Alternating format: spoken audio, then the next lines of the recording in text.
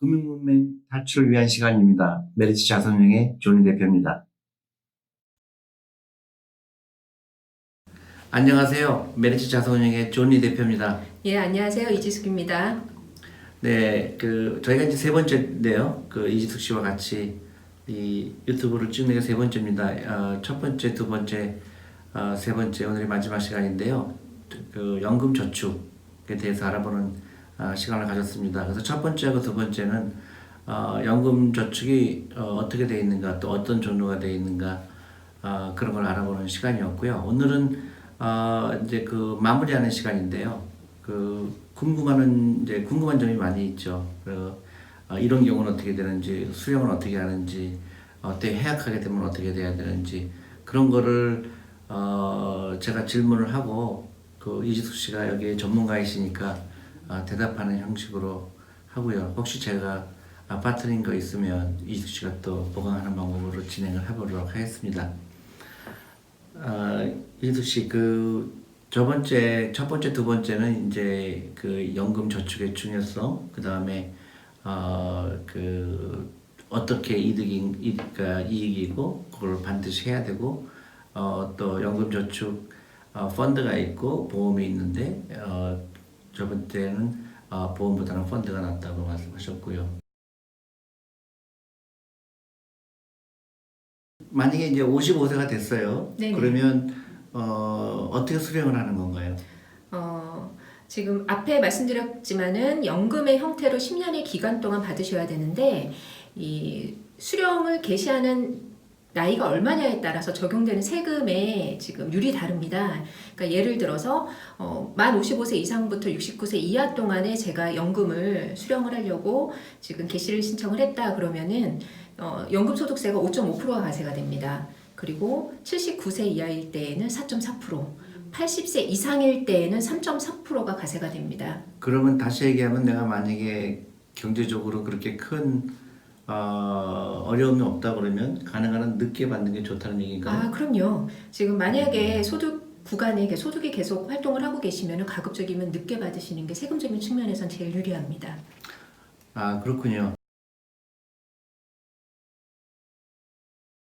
내가 5년 이상 가입을 해야 된다고 그랬잖아요. 네네. 근데 만약에 예를 들어서 3년 동안 열심히 가입을 했는데 경제적으로 힘들어요. 그래서 가입을 더 이상 돈을 넣을 수가 없으면 어떻게 되나요? 펀드 같은 경우에는 돈은 납입 안 하셔도 되고요. 대신에 이제 유지를 하셔야 되는 겁니다. 그러니까 5년의 기간 동안 유지를 하시고 55세 이상일 때까지만 가지고 계시면은 앞에서 받았던 여러 가지 세액공제 혜택은 유지가 되는 거죠. 그러니까, 그렇군요. 제가 그 질문하는 이유는 연금 저축 보험에 들었을 때 네네. 만약에 내가 보험을 계속 약정대로 보험을 부르려고 하는데 내 경제적인 어려움이 생겨서 그거를 납입을 못했을 때 네네. 불이익이 있다는 얘기를 들어갔고요. 보험이랑은 다르죠. 보험 같은 경우는 이제 횟수를 채워야 되는 혜택을 보기 위해서는 납입 횟수.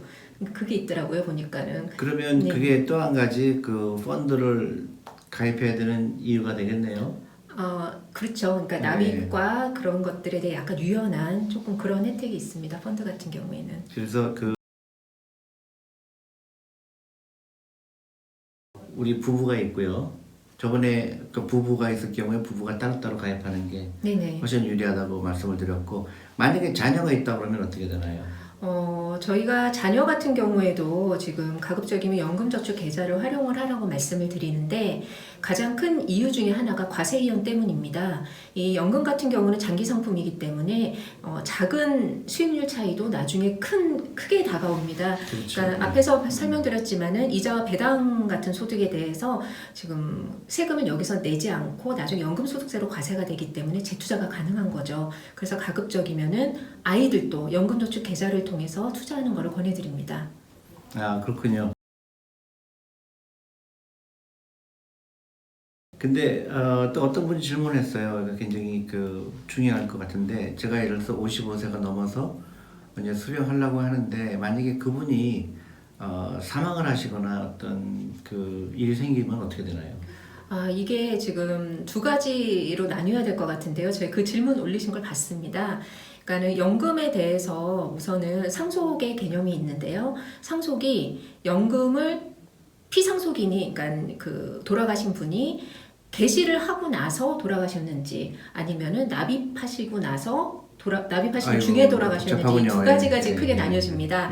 그러니까 우선 만약에 지금 연금을 납입하는 도중에 돌아가셨거나 아니면은 피상속인이 55세가 안 되셨을 때 돌아가셨다. 그럴 경우에는 상속인의 조건이 무조건 중요합니다. 상속인이 55세가 되고 5년 기간의 거치 기간을 가지셔야만 그 세제 혜택을 받을 수 있다고 좀 말씀드릴 수 있고요. 만약에 이분이 연금을 수령하시다가 돌아가셨다. 그럴 경우에는 피상속인 같은 경우에 이제 돌아가시고 나셨고 상속인 같은 경우에는 예를 들어서 10년의 기간 동안 연금을 수령하셨어요. 근데 수령 기간을 정하셨는데 2년만 지금 연금을 타다가 돌아가신 거죠. 그러면 피상속인 같은 경우에 돌아가시고 나서 상속인은 8년의 기간만 지금 연금의 형태로 받으시면 됩니다. 그러니까 좀 복잡하네요. 그러니까 복잡하고요. 예. 네. 그런 이제 질문이 있으시면 저희한테 연락을 주시면 상담을 해드리고요. 저희가 지금 하는 거는 이제 보편적인 질문들이요. 많은 분들이 갖고 계속 궁금한 게 있으실 텐데요.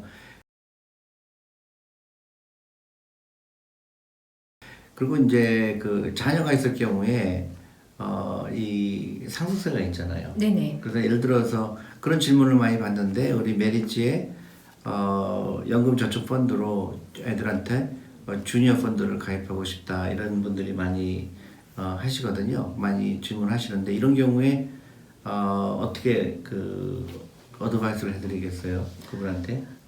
우선 미성년자 같은 경우에 가장 큰 질문 중에 하나가 증여세 부분을 가장 먼저 질문을 하게 됩니다. 그러니까 증여세가 어떻게 되시는지 우선 질문을 하시고요. 그리고 이렇게 어떤 방법으로 하셔야 되는지. 근데 첫 번째, 증여세 같은 경우에는 미성년자와 성인에 따라서 다릅니다. 미성년자 같은 경우에 10년마다 2천만 원씩 증여가 가능하거든요. 세금 없이. 성인일 경우에는 5천만 원까지 증여가 가능한 걸로 알고 있고요. 근데 가급적이면은 증여 신고를 하더라도 지금 연금저축 계좌를 통해서 주니어 펀드를 사주는 게 아이한테 굉장히 유리하다라고 말씀을 드릴 수가 있습니다. 그러니까 제가 이런 말씀을 드리는 이유는 예를 들어서 아이들한테 주니어 펀드를 가입하고 싶은데 두 가지 방법이 있죠. 그냥 보통 연금저축 펀드와 상관없이 주니어 펀드를 우리 아이들을 위해서 투자해 준다. 근데 이거는 이제 그 10년 동안만 가입하면 수수료 없이 언제든지 그 도로 찾아갈 수가 있는데 연금 펀드 같은 경우는 55세까지 찾으면 불리하게 되기 때문에 연금 펀드를 들을 때는 55세까지 투자를 한다는 생각으로 하는 거죠. 저는 연금 저축 펀드로 하는 게 훨씬 더 유리하다고 생각하거든요. 왜냐하면 그렇게 해야 돈을 모으게 되지. 예를 들어서 중간에 찰 수 있게 하면 예를 들어 차를 사고 싶다든가 아니면 소비를 하고 싶을 때 그런 이거를 해약하고 싶은 충동이 생기게 돼 있습니다. 그래서 미국의 401k처럼 오랫동안 그 은퇴할 때까지 갖고 있는 유인이 굉장히 중요하죠. 그래서 저는 같은 모든 펀드가 저희는 똑같은 펀드로 하나는 그냥 일반 펀드로 가입할 수가 있고요. 하나는 연금 저축 펀드를 통해서 가입할 수 있는 겁니다. 예를 들어서 코리아 펀드가 예를 들어서 코리아 펀드에 투자하고 싶은데 하나는 그냥 일반 펀드로 가입을 해서 언제든지 사고 팔고가 자유로운 펀드가 있고요. 하나는 연금 저축 펀드를 통해서 들어오게 되면은 똑같은 펀드지만 55세까지 찾지를 못하는 거죠. 그래서 제가 권해드리는 거는 가능한 한 1,800만 원까지는 연금 저축 펀드에 한도가 있기 때문에 그걸 먼저 채우는 게 제일 좋은 유리한 방법이 아닌가 생각합니다. 왜냐하면 세금 혜택이 있기 때문에 그런 거죠. 맞죠?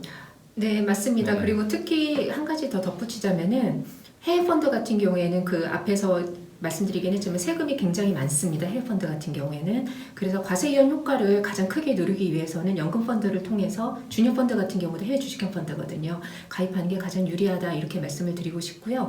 지금 저희 대표님께서 이제 못 찾는다는 용어를 썼는데요. 찾으실 수는 있는데 이제 여러 가지 페널티가 있다. 그렇죠. 그게 못 찾는 건 똑같은 거죠. 왜냐면 그동안 받은 세금 혜택을 다 도로 어떻게 그 돈을 내야 되니까 사실은 찾지 못하는 거랑 똑같은 네, 거죠. 맞습니다. 네. 그리고 저번에도 말씀드렸지만은 저는 정말로 강력하게 말씀드리는 게 연금저축보험에 있다 그러면 연금저축 펀드로 그 계좌 이전을 하는 게 절대적으로 유리하다고 생각합니다. 저희가 펀드를 운영해서가 아니고요.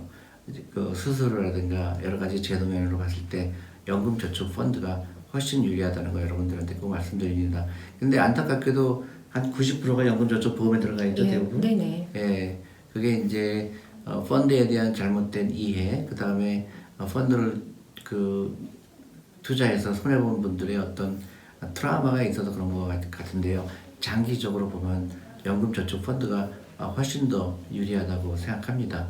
그리고 저희가 한국에서 유일하게 앱을 통해서 가입도 하고 그 다음에 계약 이전도 할 수가 있습니다.